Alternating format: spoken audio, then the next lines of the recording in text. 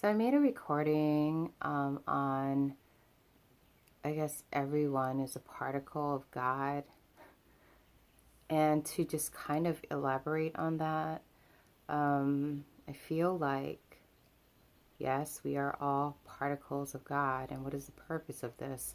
It's basically, the purpose is God experiencing God in various forms, degrees, angles, and dimensions.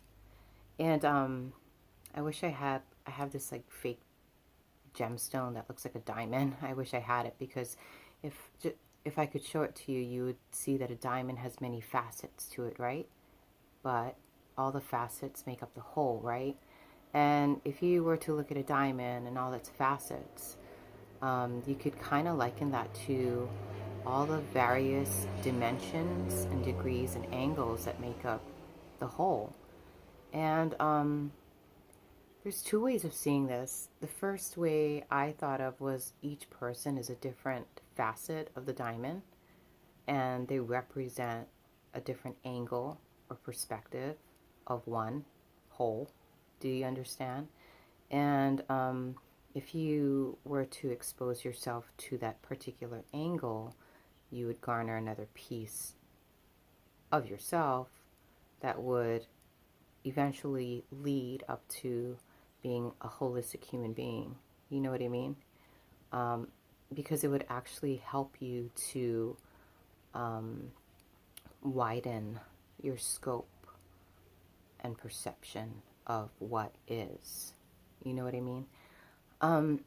Another way of seeing the diamond and the facets is you're the diamond. And after much pressure, you are forced to kind of like transform from a piece of coal to a diamond, right? But the thing is, you have to go through these various levels, degrees of progression to get there, to get to that diamond. You know what I mean? And I guess if you were to see it in that way, like each facet is you. You know what I mean? Each facet is you. And depending on who presents yourself, who presents themselves to you, you will show them that angle of yourself based on their level of consciousness and what they're able to understand or perceive. Does that make sense? Yeah, I was thinking about it. So as far as like being a chameleon, as far as, like for me, I notice I have to dilute myself a lot of the times for people in order to make a connection or to have something in common with them. I have to dilute myself. And it bothered me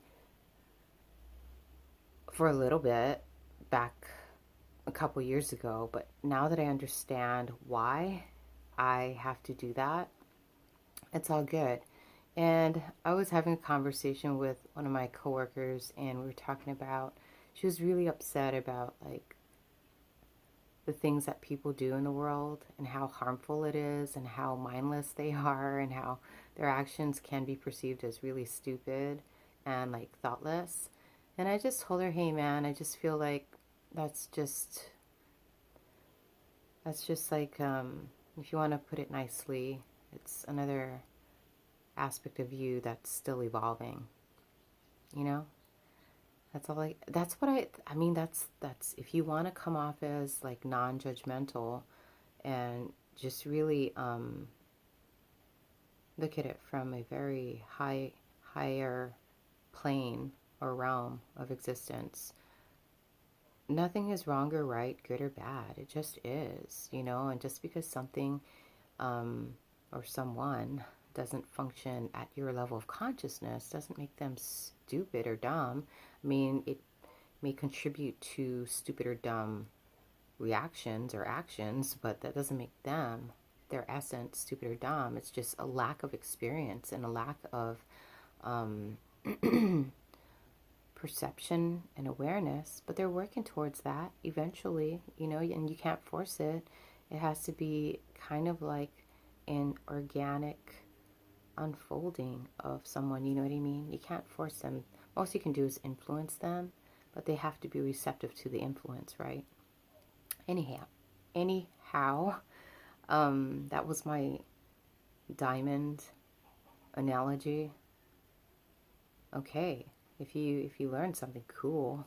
If you didn't, that's cool too. Tomato, tomato. Blessings to one and all. Amen.